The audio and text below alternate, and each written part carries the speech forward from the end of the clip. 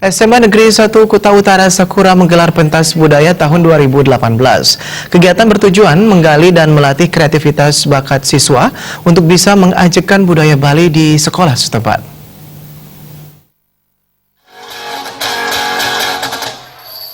Kegiatan pentas budaya diikuti seluruh perwakilan siswa dari kelas 10 hingga 12 dan berlangsung dari 12 Desember sampai 14 Desember mendatang.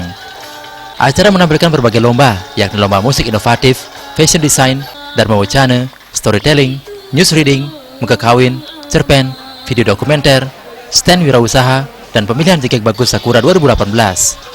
Ketua Panitia Made Angga Wira Saputra mengatakan, pentas budaya tahun ini mengambil tema Santi Utamane Jagadita, yang secara garis besar artinya, melalui seni budaya, kita ciptakan kedamaian di jagat semesta ini.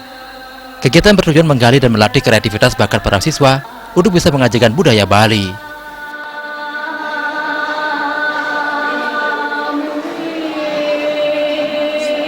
Memilih tema yaitu Santi Utamani Jagadita, yang dimana memiliki arti Santi yaitu kedamaian, Utamani yaitu utama, dan Jagadita yaitu dunia. Jadi dapat diartikan jika Santi Utamani Jagadita ialah kedamaian di dunia ialah yang utama. Kenapa saya memilih hal tersebut? Karena di dunia ini masih banyak yang namanya kekerasan, masih banyak yang namanya pembulian yang membuat dunia ini tidak aman. Masih banyaknya kekerasan-kekerasan yang terjadi yang merusak kedamaian dari dunia ini. Sehingga kita memilih ini sebagai bentuk rasa empati kita melihat dunia yang semakin rusak akibat orang-orang yang tidak memiliki moral dan juga etika. Maka daripada itu, kami selaku panitia memilih Santi Utamani Jagadita merupakan sebuah harapan.